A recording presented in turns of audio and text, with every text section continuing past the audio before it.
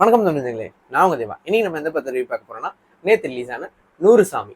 நூறு சாமி இந்த படம் வந்து ஒரு பிளாக் பஸ்டர் காம்போவோட ரீயூனைட்னு சொல்லலாம். அதாவது சசி சார், அதுக்கப்புறம் விஜய் ஆண்டனி சார், இவங்க ரெண்டு பேரும் ரொம்ப நாள் இல்லை ரொம்ப வருஷத்துக்கு முன்னாடி ஒரு பக்காவான பிளாக் பஸ்டர் கொடுத்தாங்க. அதான் பிச்சைக்காரன். ஸோ அந்த அளவுக்கு இந்த படம் இருந்துச்சா இல்லையான்னு தெரிஞ்சுக்கணும்னா இந்த வீடியோ ஸ்கிப் பண்ணாமல் ஃபுல்லாக பாருங்க, உங்களுக்கே தெரியும். வாங்க வீடியோக்குள்ள போகலாம்.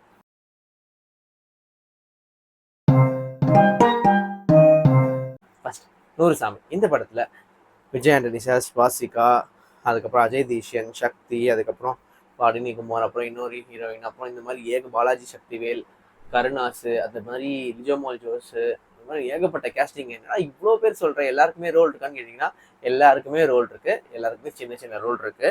அதை விட இந்த படத்தோட மெயின் ஹீரோவே யாருன்னு பார்த்தீங்கன்னா ஸ்வாசிகா தான். என்னடா ஹீரோன்னு சொல்லிட்டு ஹீரோயின் பேரை சொல்கிறேன்னு நினைக்காதீங்க. ஏன்னா அவங்க தான் இது ஓவராலாக இந்த படத்தை அவங்க ஷோல்டரில் தான் கேரி பண்ணியிருக்காங்கன்னு சொன்னோம். பெரிய பெரிய ஹேட்ஸ் ஆஃப் அவங்களுக்கு. நேற்று நம்ம அவங்கள மீட் பண்ணியிருந்தோம் ஷோவில். ரொம்ப சூப்பராக பர்ஃபார்ம் பண்ணியிருந்தாங்க. ரொம்ப ரொம்ப பிடிச்சிருந்தது. ஏன்னா எல்லா சீன்ஸுமே அவ்வளோ சூப்பராக ஸ்டார்டிங்லேருந்து எண்டிங் வரையும் கேரி பண்ணுறது ஒரு சின்ன விஷயமே கிடையாது.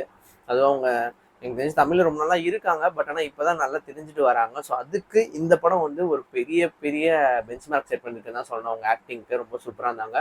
அதுக்கப்புறம் வந்துட்டு விஜய் ஆண்டனி சார், ஐயோ சொல்லியா அவனுங்க அந்த மனுஷன் என்ன ஒரு அப்படியே நேச்சுரலா நடிக்கிறாரு. நம்ம ஃபர்ஸ்ட் என்னடா இவர் ரியாக்ஷனே கொடுக்க மாட்டாரு, ஒரே மாதிரி வராரு, அப்படியே பேசுறாரு அப்படின்ற மாதிரி இருக்கும். ஸ்டார்டிங்லலாம் எல்லாரும் அப்படிதான் சொல்லி அவர் இது பண்ணிட்டு இருந்தாங்க. பட் ஆனால் இப்போ பார்க்கும்போது நல்லா ஒரு செம்ம இம்ப்ரூவ்மெண்ட் தெரியுது.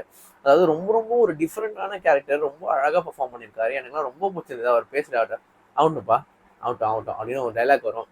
அது வந்து ரொம்ப ரொம்ப சூப்பராக சொல்லியிருப்பாரு. அவரோட பாடி லாங்குவேஜ் ஆகட்டும், த்ரூ அவுட் இந்த ஃபிலிமில் அவர் வரதே ஒரு ½ அன் அவர் தான் இருக்கும். ஆனால் ரொம்ப பிளாஸ்ட் பண்ணிட்டு போயிட்டாருன்னு சொல்கிறோம். அப்புறம் அஜய் தீக்ஷன், அவர் வந்துட்டு இப்போ தான் வளர்ந்து வர ஒரு ஆக்டர், நல்லா தான் பண்ணியிருந்தாரு. அப்புறம் சக்தி அவங்களும் நல்லா பண்ணியிருந்தாங்க.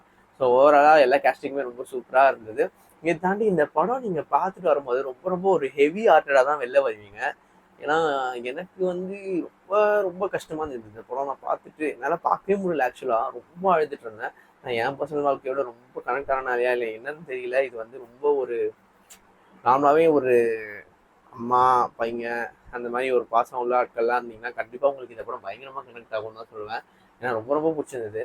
எனக்கு ரொம்ப எமோஷ்னலாக இருக்குது. நான் திருப்பி இந்த படம் பார்ப்பியான்னு கேட்டிங்கன்னா கண்டிப்பாக பார்க்க மாட்டேன். ஏன்னா இது வந்து என்னை ஒரு ட்ராமாக்கு தான் உள்ளாக்குச்சு.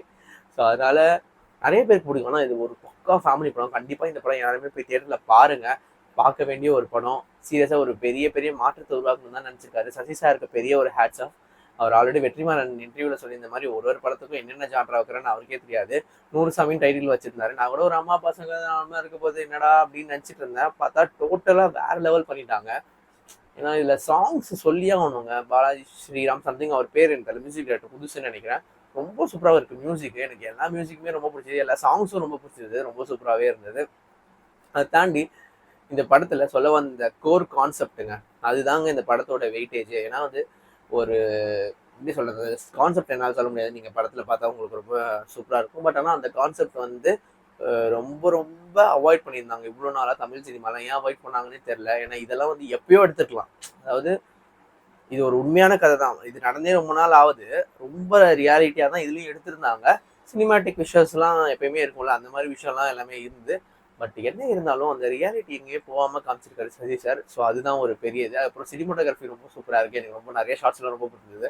அப்புறம் எடிட்டிங் டிரான்சிஷன்ஸ்லாம் ரொம்ப சூப்பராக இருந்தது. அதுவும் நல்லா இருந்தது.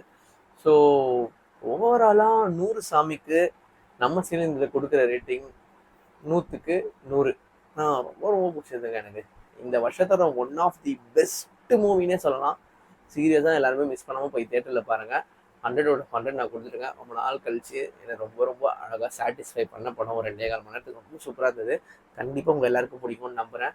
ஏன்னா நிறைய பேர் தேட்டர் இருந்து பார்த்துட்டு அழுதுட்டு வந்து ரிவ்யூலாம் கொடுத்தாங்க நேற்று. அதுவே எனக்கு ரொம்ப ஹாப்பியாக இருந்தது.